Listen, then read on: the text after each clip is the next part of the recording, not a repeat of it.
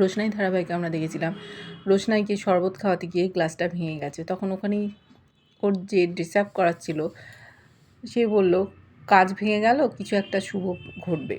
ওরা তো মনে করছে হ্যাঁ শুভ ঘটবে। তারপরে ও জল খেতে চেয়েছে, জলের মধ্যে কিছু একটা মিশিয়ে নিয়ে এসছে। রোশনাইয়ের কীরকম তেতো লাগছে, বলছে তুমি বলছিলে না তোমার শরীর খারাপ, জ্বর হয়েছে, মারা বলতো জ্বর হলে তেতো লাগে। ও আর দ্বিধা না করে সব জলটা খেয়ে নিয়েছে। ওরা তো খুব খুশি, কী মিশিয়েছে জানি না।